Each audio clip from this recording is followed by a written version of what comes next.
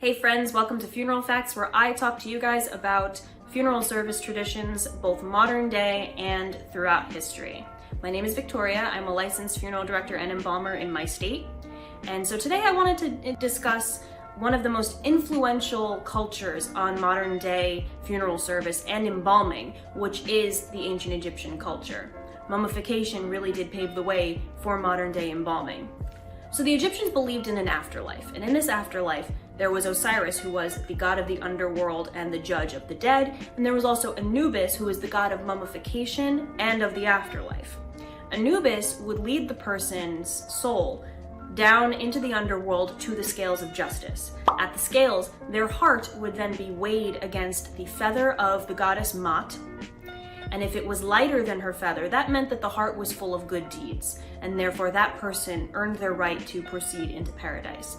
If the heart was heavier than Mat's feather, that meant that it was weighed down by bad deeds committed throughout that person's life, and their soul would then be fed to Ammit, which would destroy the soul completely and would not allow them to proceed into the paradise of the afterlife.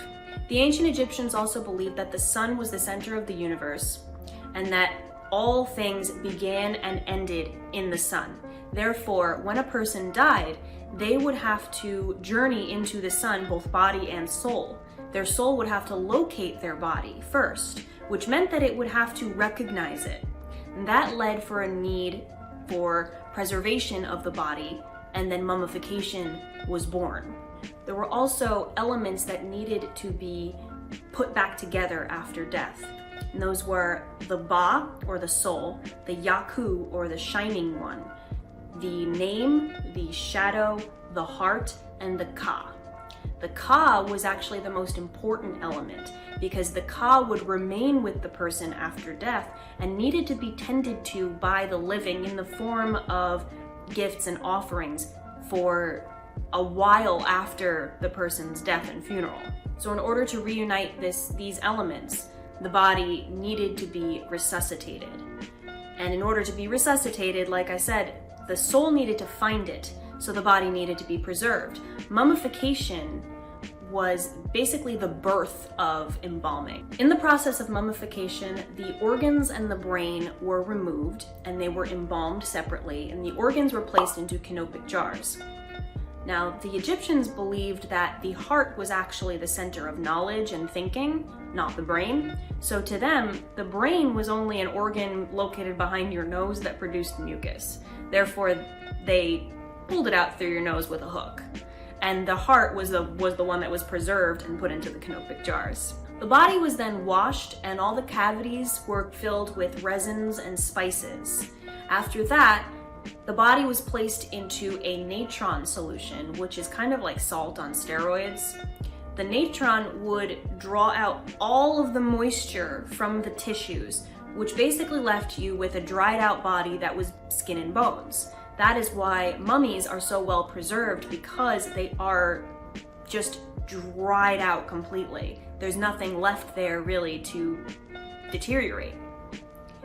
After that, the body was wrapped in linen, and as the wrapping was done, they would place little amulets and trinkets inside of the wrappings for protection. Now, embalming was done by priests or monks, which made it not only a practical tradition, but also a religious tradition. In modern times, embalmers usually aren't any type of clergy or priests or anything like that. So that is one tradition that has not been passed down. But the act of preservation of a human body is the core of modern day embalming, that and sanitation. In modern day embalming, in a nutshell, what we do is the body is washed and an incision is made usually right by the collarbone so that we can locate vessels for drainage and injection. The right common carotid artery is what we would use for the injection of embalming solution, and the jugular vein is what we would use for the drainage of the blood from the body. The solution of formaldehyde that we mix up is injected into that artery, and the blood is then pushed out. the formaldehyde will preserve the tissues so that it stalls the process of decomposition. After that, the cavity is treated. We have an instrument that's called a trocar. It's basically a long, hollow needle thing that we use to puncture the organs and remove all of the fluids from those organs. We don't remove the organs themselves, just the contents of them. After that, a cavity fluid, which is a more concentrated version of formaldehyde, is injected into the body cavity. When that's done, we will wash the body again, and then you're pretty much done and you're ready for your next step, which would be dressing, casketing, and cosmetology of the body. So after the person was mummified, they were placed into a tomb. The tombs were very elaborate and they were furnished with basically everything that that person was going to need in the afterlife.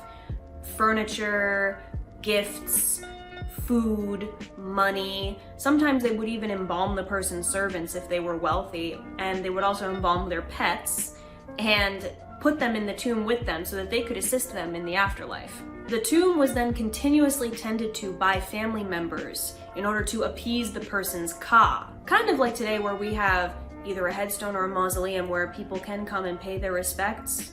And our modern day offerings usually consist of flowers, maybe little trinkets from what the person might have liked in their life.